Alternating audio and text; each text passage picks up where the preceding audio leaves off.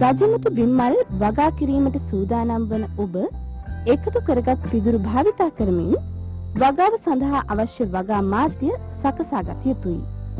මේ සැකසීමට වර්ග අඩි 120ක් පමණ වන සිමෙන්ති පොළවක් සහිත මඩුවක් අවශ්‍ය වෙනවා.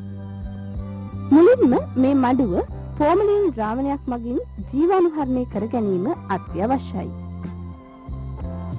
ඉන්පසුව එකතු කරගත් පිදුරු කිලෝග්‍රෑම් 500ක් දිනපතා ජලයේ ඉසිමින් දින 4ක් පෙඟවීම කළ යුතුයි.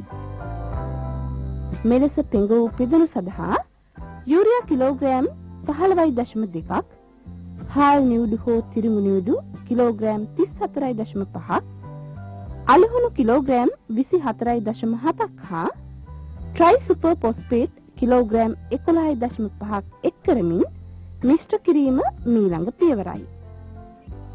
බෝඩ් ලෑලි 3ක් ආධාරයෙන් අඩි 6ක් දිග හා අඩි 5ක් උසට ත්‍රපීසියමක හැඩයෙන් යුත් රාමුවක් සකසා ගත යුතුයි.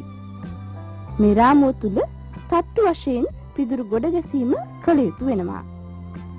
දින 6ක් මෙදසින් පිදුරු ගොඩ තිබීම අවශ්‍යයි.